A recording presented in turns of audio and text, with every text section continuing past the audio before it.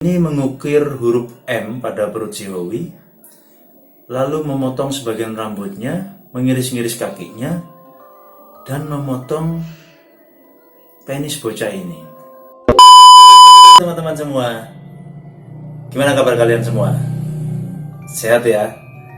Semoga kita ini terhindar dari wabah COVID-19 yang sedang melanda negeri kita ini.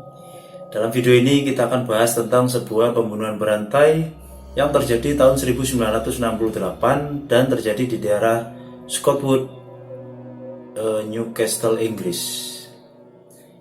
Kisah ini menceritakan tentang pembunuhan berantai yang dilakukan oleh seorang bocah kecil bernama Mary Bell, usianya 11 tahun.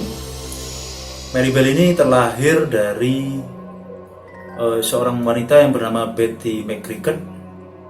Betty ini adalah seorang peska atau pelaku prostitusi di Inggris, dan dia ini sering melakukan perjalanan untuk melakukan bisnisnya ini sampai ke daerah Glasgow, Skotlandia. Saat hamil itu tidak mengetahui siapa ayah biologis dari putrinya, karena bisa jadi itu dari klien-kliennya itu. Dan pada saat si Betty ini hamil, dia itu menikah dengan Billy Bell. Billy Bell inilah yang suatu saat dianggap sebagai ayah kandung oleh Mary Bell. Billy Bell sendiri adalah seorang penjahat kambuhan yang sering bermasalah di daerah situ, bermasalah dengan hukum. Pada saat Mary ini sudah cukup besar, Mary ini sempat bertanya kepada ibunya, siapakah ayahnya, apakah Billy Bell? Dan si Betty ini tidak menyangkal, bahkan dia sempat berbisik dengan mungkin agak mengejek kepada putrinya, kamu ini adalah bibit anak setan. Betty sendiri adalah seorang pecandu alkohol yang memiliki perilaku yang sangat kejam dan sadis. Ini nampak sejak hari pertama Mary Bell menghirup oksigen. Si Betty ini berkata kepada si dokter, jauhkan benda ini dari saya gitu loh. Jadi sudah tidak terlihat sayang pada putrinya. Lalu kekejaman berikutnya itu nampak pada saat Mary Bell agak masih balita. Si Betty ini sempat berusaha menjatuhkan Mary dari sebuah jendela.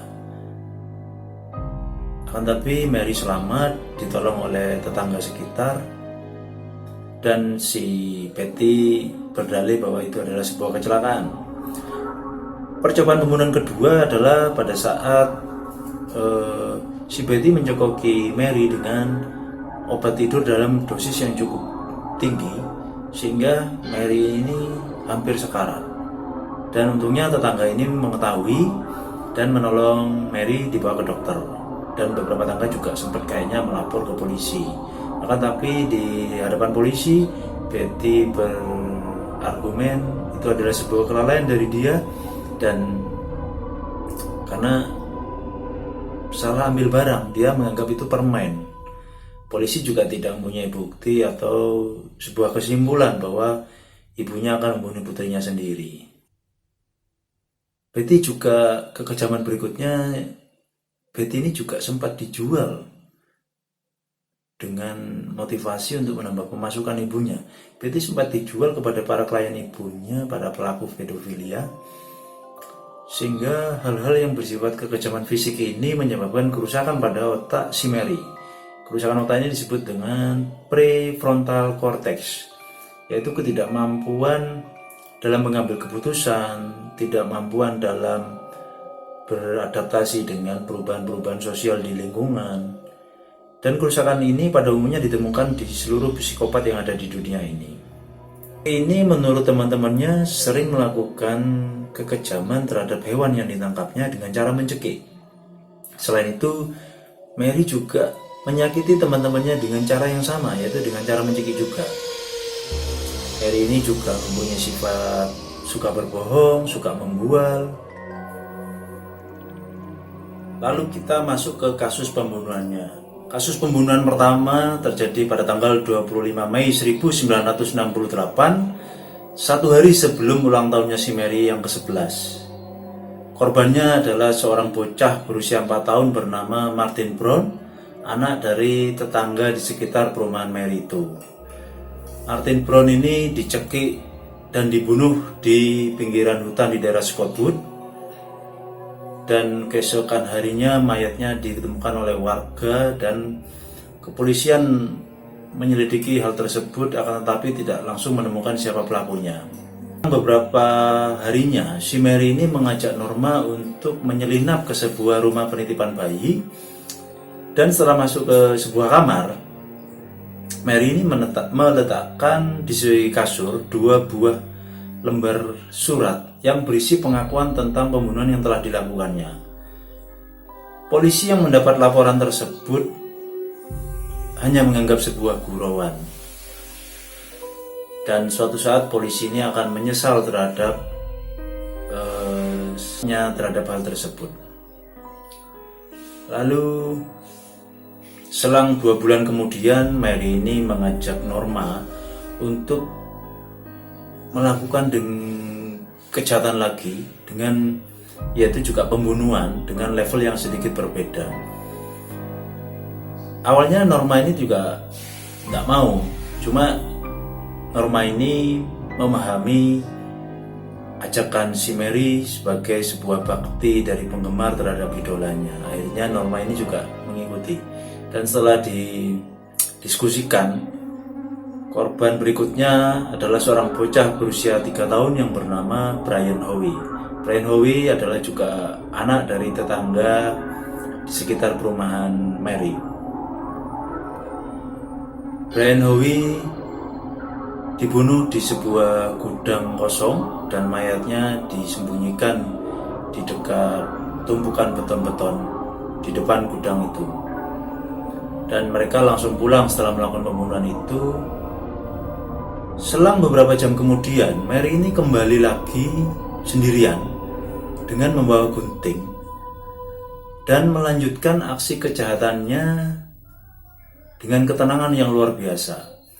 Mary ini mengukir huruf M pada perut si Howe, lalu memotong sebagian rambutnya, mengiris-ngiris kakinya, dan memotong penis bocah ini. Tidak lama kemudian, warga sekitar gempar terhadap mendengar kematian si Brian Howe, dan polisi melakukan penyelidikan.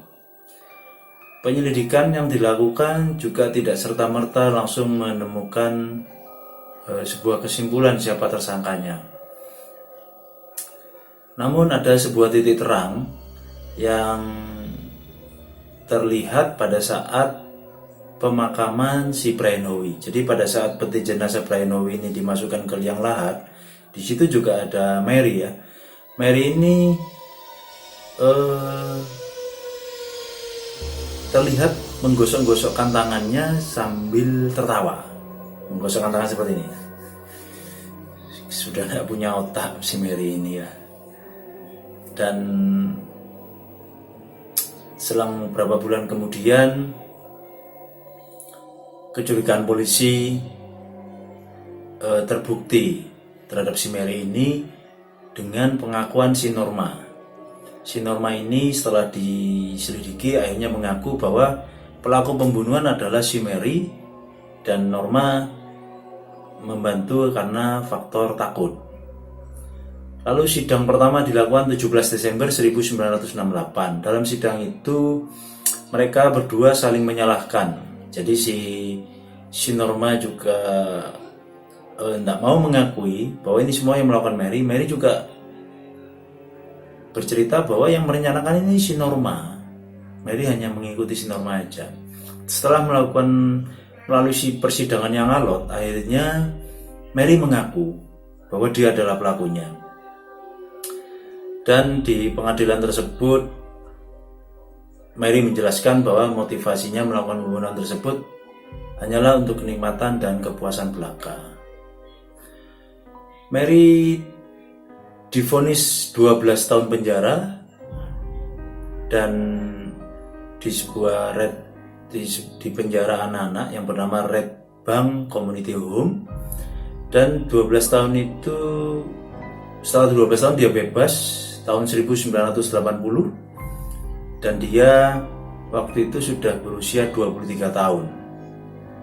Karena kejahatan yang dilakukannya dalam kategori di bawah umur, maka pengadilan memberikan kesempatan untuk Mary untuk hidup dalam lembaran yang baru dengan memberikan identitas baru. Setelah bebas, Mary ini masih melanjutkan rehabilitasinya di sebuah penjara terbuka yang bernama Asham Grange, dan Mary ini diberikan pekerjaan untuk merakit peralatan listrik untuk sebuah rumah sakit yang berada di Remploy, Leeds.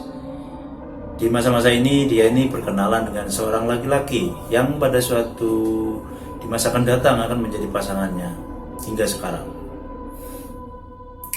Mary ini bercerita pada saat direhabilitasi dia sempat mendapatkan cuti kerja, dan kesempatan ini digunakan untuk menyenguk ibunya. Sebuah pertemuan yang sangat emosional yang sempat diceritakan pada teman-teman dekatnya. Mary sendiri juga menceritakan tentang rasa kikuknya pada saat dia mendapat cuti. Dia merasa kikuk, bahkan dia setiap bangun pagi itu melipat spray dan ditaruh di ujung tempat tidur seperti pada saat di penjara. Mary sendiri seolah merasa aman dan nyaman di penjara. Dia tahu kapan lampu akan dimatikan dan tahu kapan akan bangun di pagi harinya.